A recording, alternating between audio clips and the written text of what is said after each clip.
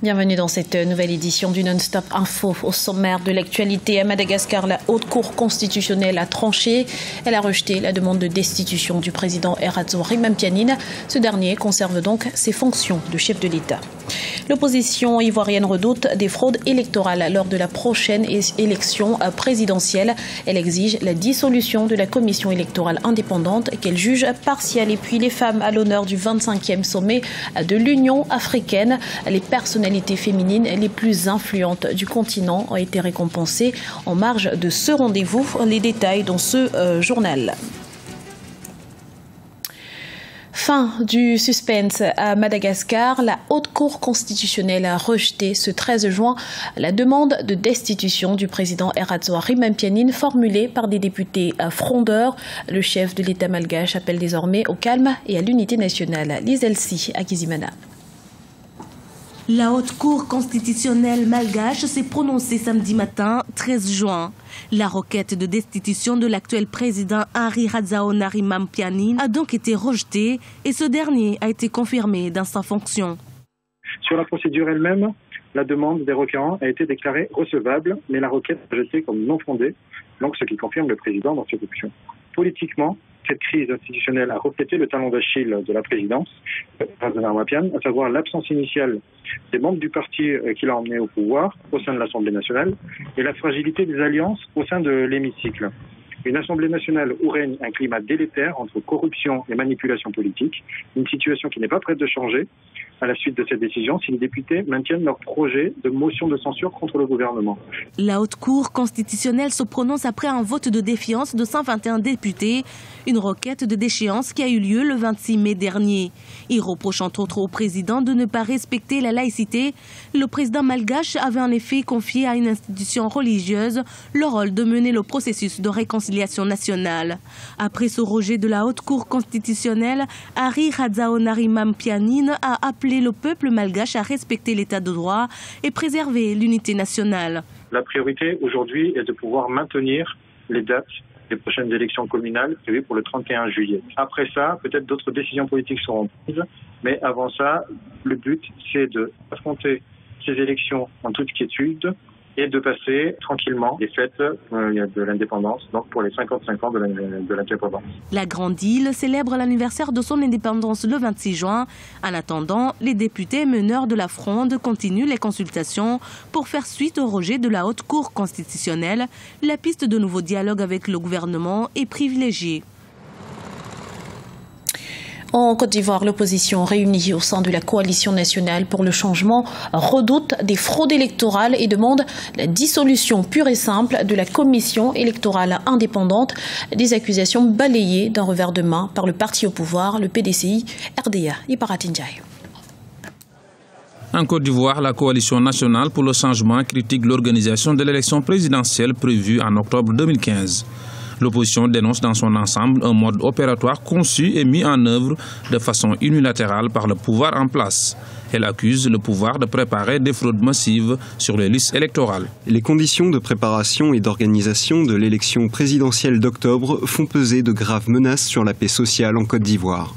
L'opposition a plusieurs griefs contre la commission électorale indépendante, notamment sur sa composition. La coalition nationale pour le changement est contre la commission électorale indépendante actuelle dans sa composition et aussi à travers son président Youssou Bakayoko qu'elle récuse.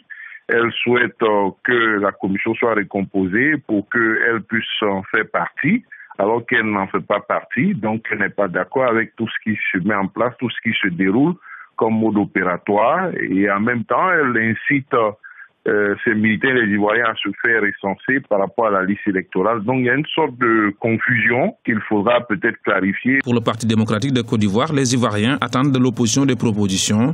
Le président de la fondation PDCI RDA félicite le travail et l'indépendance de la commission électorale indépendante pour l'organisation d'un scrutin présidentiel transparent et apaisé. La fraude sur quoi? On parle de fraude quand tout ce qui se fait, c'est fait dans le dos de tout le monde. Or, actuellement, en Côte d'Ivoire, le pouvoir a mis en place toutes les dispositions.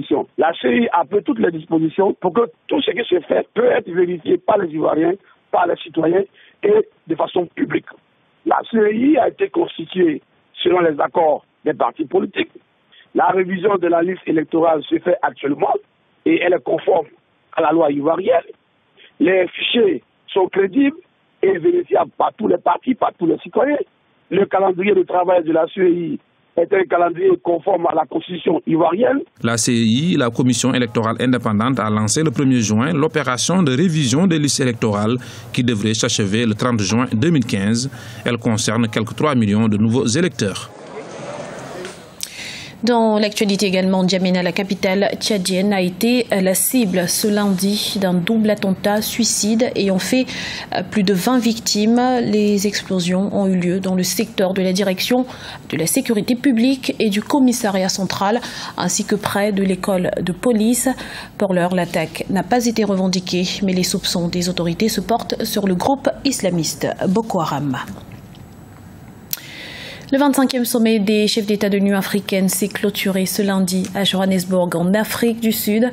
En attendant que le voile soit levé sur les résolutions finales, retour sur l'un des faits marquants de ce rendez-vous, le sort judiciaire du président soudanais Omar el-Béchir. Lizelzia Kizimana. Omar el-Béchir a quitté l'Afrique du Sud. Il a pris son vol à la mi-journée ce lundi à l'aéroport militaire de Johannesburg.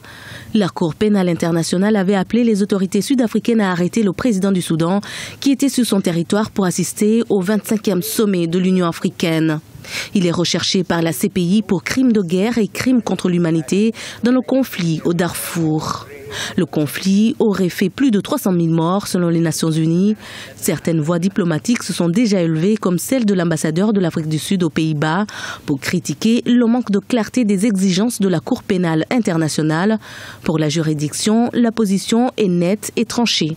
Il n'existe aucune ambiguïté ou incertitude quant à l'obligation incombant à la République d'Afrique du Sud d'arrêter et de remettre immédiatement Omar el-Béchir à la Cour. Sans procéder directement à l'arrestation, un tribunal sud-africain saisi par une organisation non gouvernementale avait interdit dans la journée de dimanche 14 juin au président soudanais de quitter le territoire sud-africain.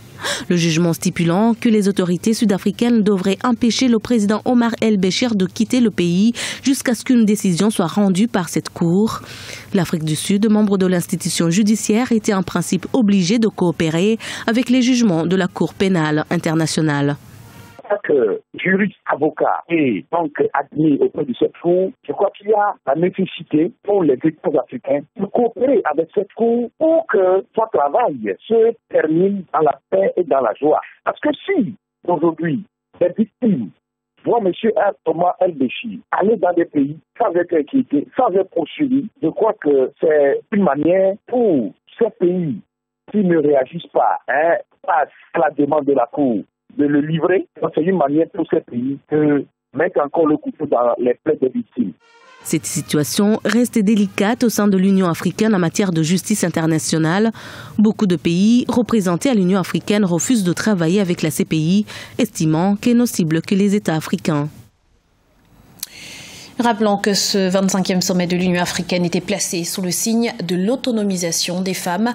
C'est d'ailleurs en ce sens qu'une cérémonie de remise de prix aux femmes africaines d'excellence a eu lieu ce vendredi 12 juin dans la capitale économique sud-africaine. Anne-Marie Diaz-Borges. L'Union africaine honore ses femmes d'influence. C'était ce vendredi à Johannesburg lors d'une cérémonie organisée en marge du 25e sommet des chefs d'État en Afrique du Sud. Parmi les lauréats, Ellen Johnson Sirleaf, présidente du Libéria et première femme chef d'État sur le continent.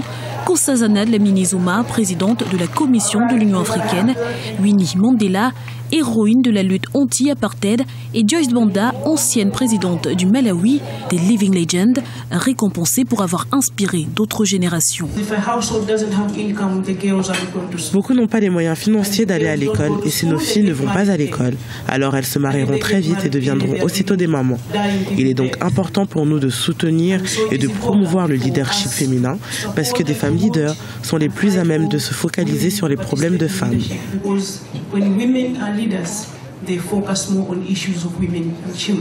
Autre catégorie, celle des femmes d'excellence, la Tunisienne Saïda Agrebi, l'Éthiopienne Nardos Bekele Thomas et Rassa Machel ont été distinguées pour leurs actions en faveur des droits des femmes et des enfants notamment. De manière collective, nous devons faire beaucoup mieux pour mettre fin aux violations en tout genre. J'exhorte les personnes ici présentes à penser au sort des femmes victimes de violences et qui n'ont pas accès à l'éducation. Nous sommes des privilégiés et avec ce privilège vient la responsabilité. J'accepte donc ce prix au nom de toutes les femmes qui aspirent à une vie meilleure. Rappelons que le prix Femmes d'Excellence a été conçu pour mettre en lumière les femmes d'Afrique et d'origine africaine qui ont contribué à la lutte pour l'indépendance économique, sociale et politique. Une initiative qui a une résonance particulière en cette année 2015 déclarée année de l'autonomisation des femmes par l'Union africaine.